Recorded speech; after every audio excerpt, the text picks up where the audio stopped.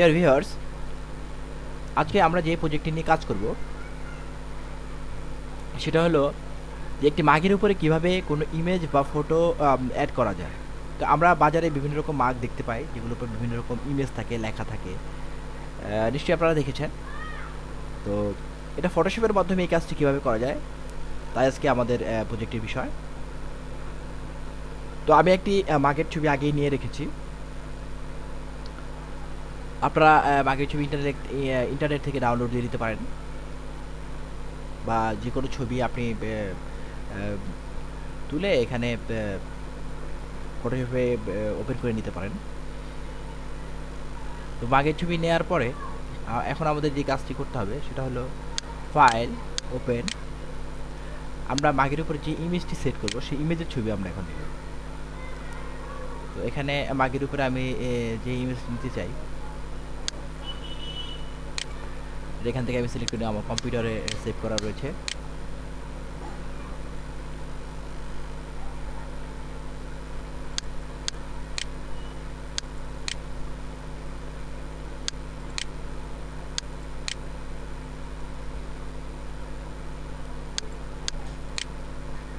এখান থেকে আমি একটা ছবি নিয়ে নিতে পারি।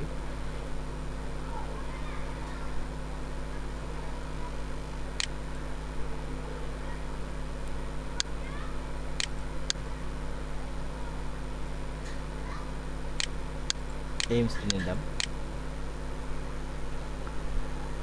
তো এভাবে এই ইমেজটি নেওয়ার পরে এটা আমি ডুপ্লিকেট করে নিই। ওকে।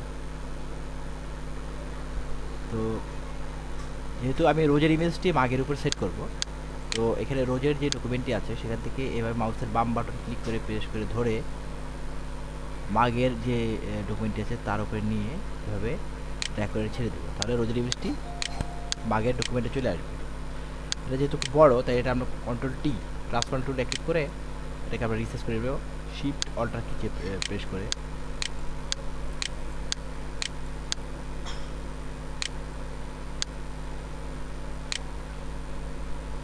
আবার ছোট করে নিই।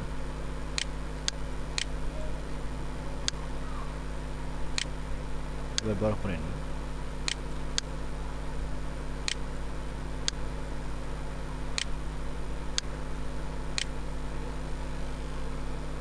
তো এই হলো ফুলের ছবিটা।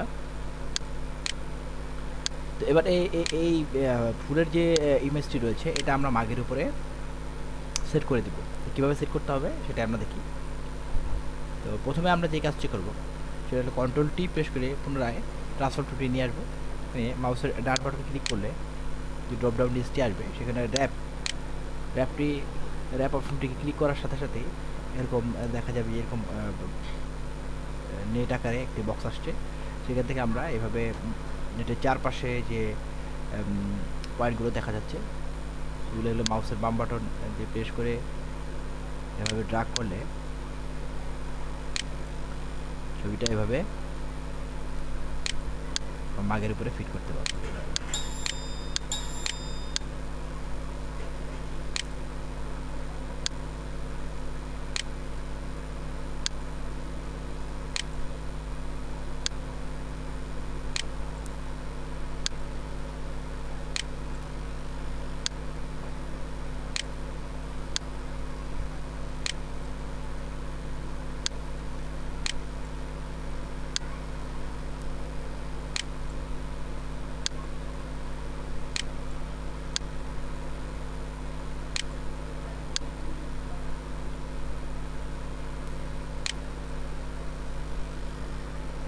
আমি একটু অপাসিটিটা কমিয়ে নিই, দেখতে সুবিধা হবে। হ্যাঁ, বর্ডারের চারপাশে মাগের বর্ডারের চারপাশের সাথে যে ফ্লাওয়ারের ফুলের যে ইমেজটি রয়েছে তার বর্ডারের চারপাশ মিলে গেছে।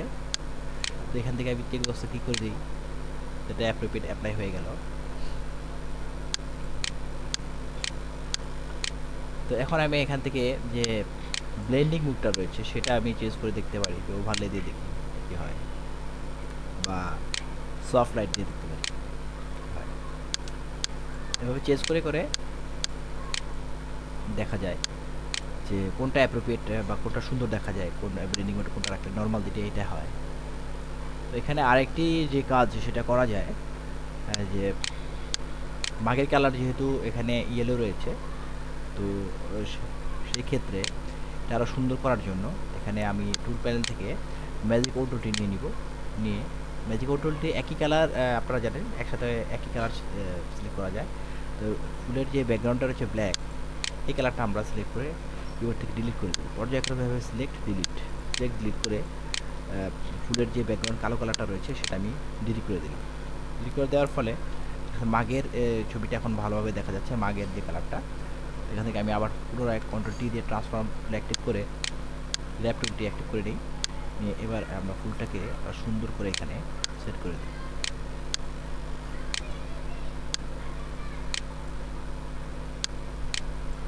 তাহলে ব্যাপারটা আরও সুন্দর হয়। ব্যাকগ্রাউন্ড ছাড়া যদি অন্য ফুলটাকে আমরা এখানে সেট করি,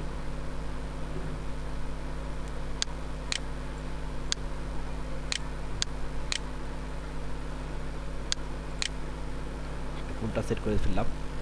এবার আমি ব্লেন্ডিং মোডটা সফট লাইট করে দিয়ে দেখি।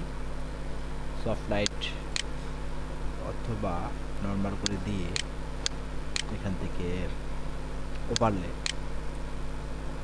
হ্যাঁ ওভারলে করলে হয়, এটা ডিফারেন্ট একটা ইফেক্ট দেখা যাচ্ছে। তো আর যদি নর্মাল রেখে করি, নর্মাল রেখে যদি করি তাহলে যেটা হয় অপাসিটি কমিয়ে দিয়ে দেখি, এটাও সুন্দর। তা আপনি আপনার ইচ্ছা মতো যেটা আপনার ভালো মনে হয় বা যেটা আপনার সুন্দর মনে হবে সেটা এভাবে অপাসিটি কমিয়ে বা ব্লেন্ডিং মোড চেঞ্জ করে করে এটা করতে পারেন। তো এভাবে আমরা কোনো মাগের উপরে কোনো ইমেজকে র্যাপ করতে পারি। এখানে আমি ফুলের ইমেজ র্যাপ করেছি, আপনি আপনার পছন্দ মতো যে কোনো ইমেজ নিয়ে এখানে র্যাপ করে পরীক্ষা করে দেখতে পারেন। তো ভবিষ্যতে আরও নতুন কোনো টিউটোরিয়াল নিয়ে আমি আপনাদের সামনে হাজির হব বাংলা টিউটোরিয়াল টিভি চ্যানেলের মাধ্যমে। ততদিন ভালো থাকুন এবং বাংলা টিউটোরিয়াল টিভিকে সাবস্ক্রাইব করুন। কোনো প্রশ্ন থাকলে অবশ্যই কমেন্ট করবেন। ধন্যবাদ।